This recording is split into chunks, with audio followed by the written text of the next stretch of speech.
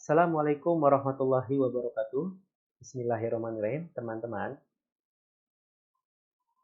Di pertemuan sebelumnya kita sudah melakukan beberapa tahapan dalam penelitian kita, yaitu kita sudah menentukan judul penelitian kita sudah membuat alasan atau latar belakang penelitian, lalu kita sudah membuat bab 1 yang isinya perumusan masalah, tujuan penelitian, dan manfaat penelitian. Lalu kita juga sudah menyusun bab 2 tentang dasar teori, maka langkah selanjutnya adalah kita menentukan hipotesis, ya. Dari perumusan masalah, ya, pertanyaan besar yang ada dalam penelitian kita yaitu apa pengaruh cahaya terhadap pertumbuhan kecambah kacang hijau gitu kalau kamu ambil sampel kacang hijau atau cabai gitu ya. Lalu kita cari teori-teorinya. Nah, setelah kita membaca teori-teori ini, maka kita harus menentukan hipotesis, ya. Misalnya ya, setelah kamu baca-baca dari teori-teori ini, kamu mengetahui bahwa cahaya ini fungsinya bagi tumbuhan adalah untuk melakukan fotosintesis, gitu ya.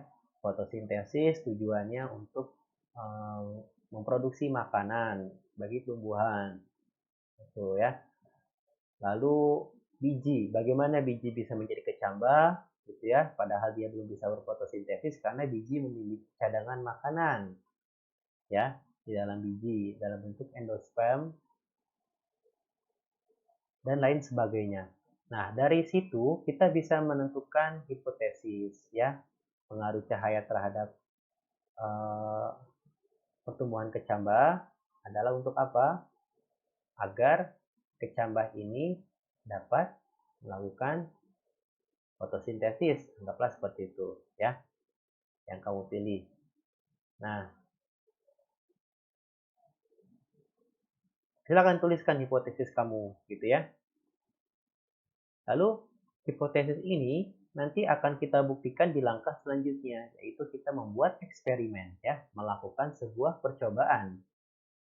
Nah, dalam melakukan sebuah percobaan kita harus membuat prosedurnya dulu, ya.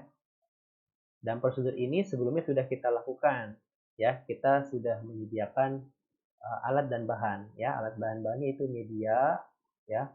Lalu di atas media ini kita taruh kapas. Lalu di atas kapas ini kita taruh benihnya. Nah, lalu dua media ini kita taruh di tempat yang berbeda. Yang satu kita taruh di tempat yang ada cahayanya, ya, di luar. Lalu yang satu lagi kita taruh di tempat yang gelap. Misalnya dalam rumah, di kolong tempat tidur, di dalam kardus, atau lain sebagainya. Maka yang ini tidak mendapatkan cahaya matahari. Lalu kita biarkan mereka tumbuh, gitu ya. Dan setelah tumbuh, gitu ya, misalnya terlihat ternyata di tempat yang gelap itu kecambahnya lebih tinggi dibandingkan yang kita tanam di tempat yang lebih terang. Nah, dari percobaan yang sudah kita lakukan ini kita harus kumpulkan datanya, ya. Nah, pengumpulan datanya ini karena yang kita teliti adalah pertumbuhannya. Nah, karena pertumbuhan berarti ada kaitannya dengan panjang, dengan lebar, gitu ya, dan dengan massa. Bagaimana cara mengukur panjang dan lebar? Kita bisa menggunakan penggaris. Maka setiap harinya kita harus ukur, ya. Hari pertama berapa ukuran yang gelap, berapa ukuran yang terang. Hari kedua, hari ketiga, gitu ya. Begitupun dengan tebalnya. Nah, berapa senti ini ya ketebalannya antara yang gelap dengan yang di tempat yang terang.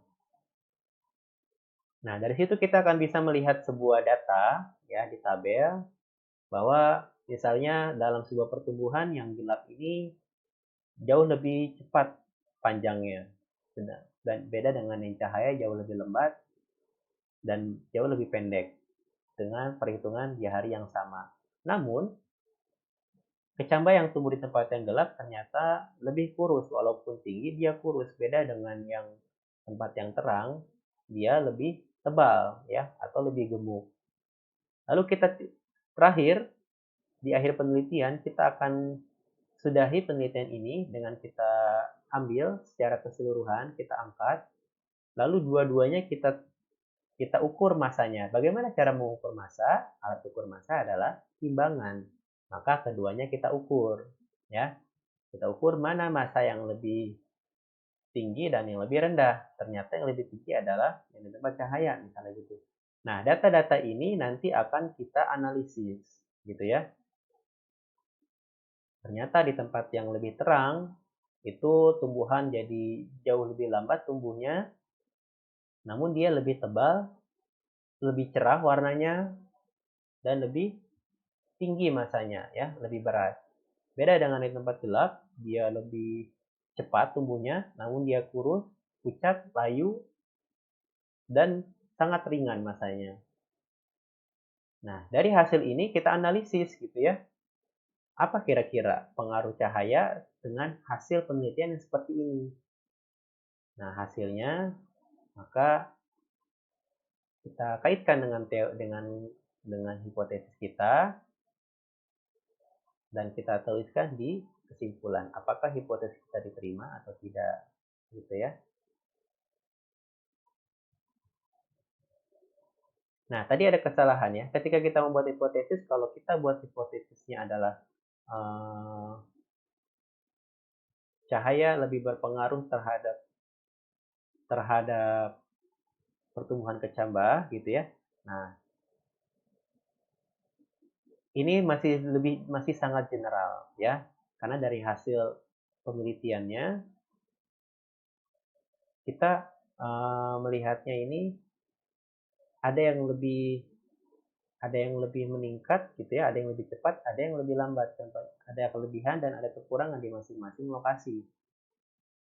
Yang kita taruh di tempat yang gelap, dia lebih cepat. Yang di tempat terang dia lebih lambat.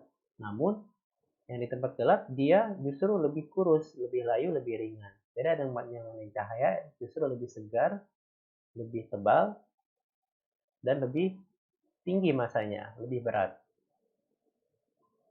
Nah, ini sulit. Maka kita harus menentukan hipotesis yang memang bisa diukur. Misalnya, ya hipotesis kita adalah kecambah yang di tempat terang akan lebih tinggi dibandingkan di tempat yang lebih gelap. Misalnya gitu ya. Lalu kecambah yang di tempat terang akan lebih tebal dibandingkan di tempat yang gelap. Nah, dari hipotesis itu mudah sekali kita ukurnya dari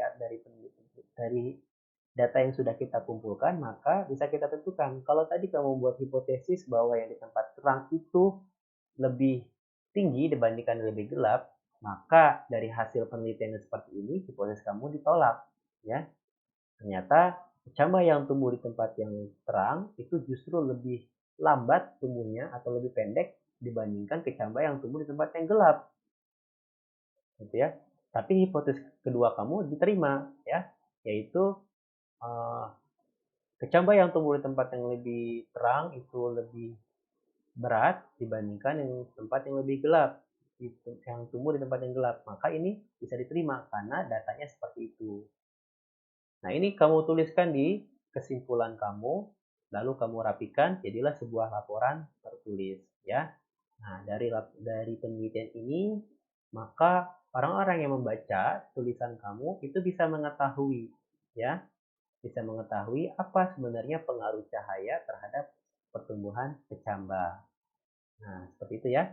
Ini yang akan kita lakukan di esok hari di kelas, ya. Kita akan lanjutkan penelitian kita pada tahapan membuat hipotesis, lalu kita ambil datanya, lalu kita analisis, dan terakhir kita buat kesimpulan, dan selesailah laporan kita, penelitian kita, ya.